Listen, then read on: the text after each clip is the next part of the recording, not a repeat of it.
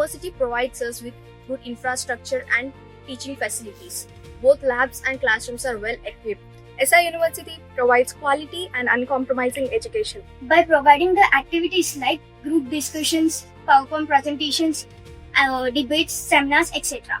Our faculty has provided the content with visualization that helps the students to understand the difficult topics in an easy way. Our instructional farms are full of learning spaces with wide variety of agriculture and horticulture crops.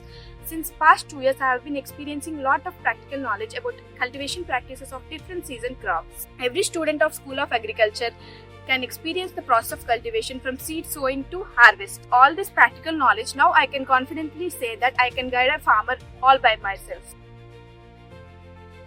As a part of this course, we are exposed to various places such as Mulkanuru Cooperative Society, where we have seen seed processing unit, cotton ginning mill. We also visited Krishi Vigyan Kendras, Jemmikunta, where we have seen different hybrid varieties growing around. We also visited JVR Horticulture Research Station, Malayal and Mahbubad district, where we have seen their production, sales, maintenance of different grapes and seedlings of mango, guava, sapota. We visited COE Center of Excellency GD Metla in Hyderabad, where we have seen their protected cultivation in greenhouses and high-tech horticulture practices. Some of them are vertical farming, rooftop gardening, and they also had a farm pump.